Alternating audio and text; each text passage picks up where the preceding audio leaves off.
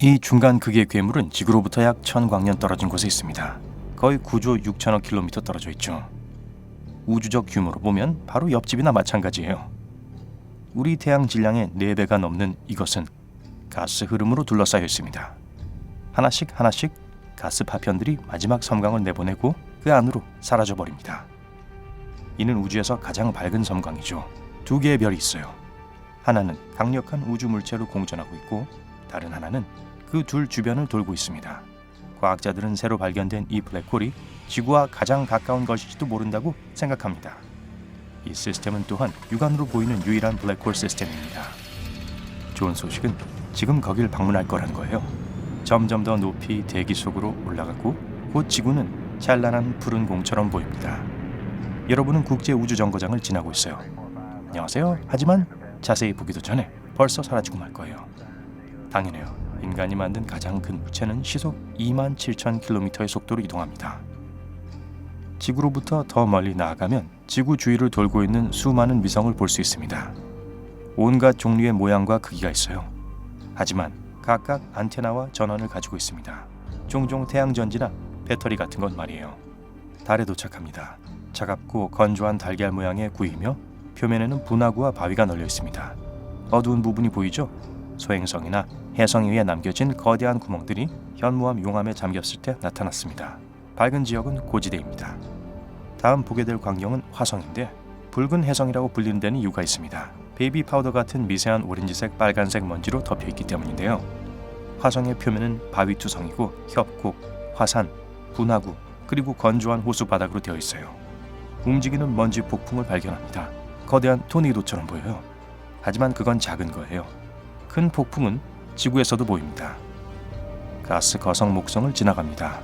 이 행성은 붉은색, 노란색, 갈색 그리고 흰색의 두꺼운 구름으로 덮여 있습니다. 그래서 마치 줄무늬가 있는 것처럼 보이는데요. 목성은 여러분이 서 있을 수 있는 단단한 표면이 없어요. 단지 여러 개의 가스층일 뿐입니다. 독특한 고리 덕분에 토성을 바로 알아볼 수 있습니다. 토성의 고리는 작은 고리들이 그룹을 이루고 있어요. 이 고리는 돌과 얼음 덩어리로 되어 있어요. 토성 자체는 단단한 지면이 없는 수소와 헬륨으로 이루어진 공입니다.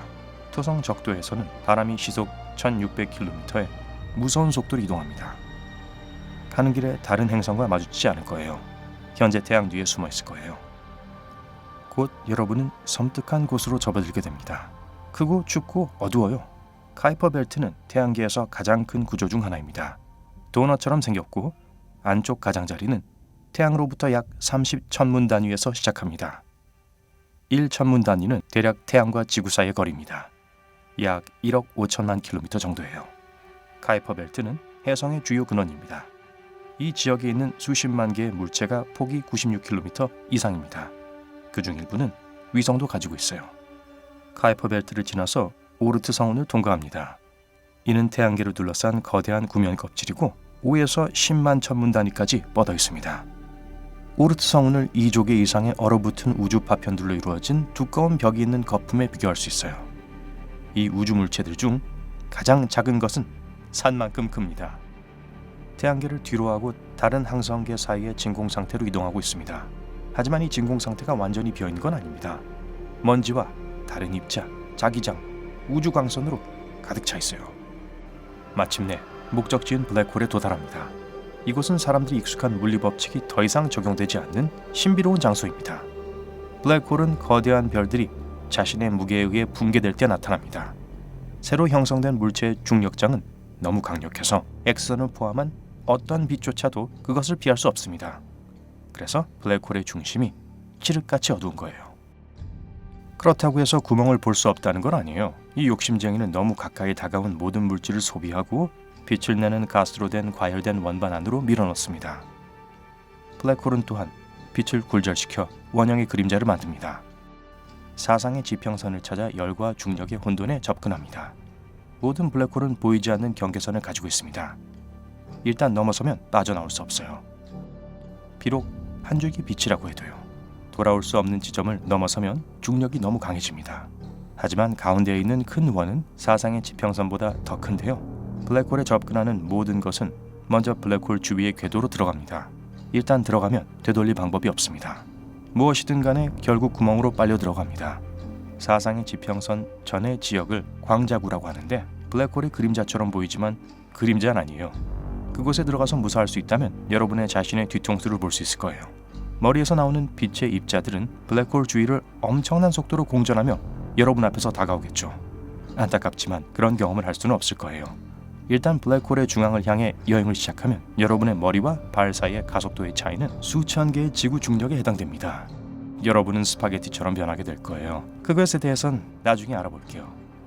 지금 여러분은 불운한 모험가들이 블랙홀의 중력에 굴복하고 종말을 향한 여정을 시작하는지 경외심을 가지고 지켜보고 있습니다.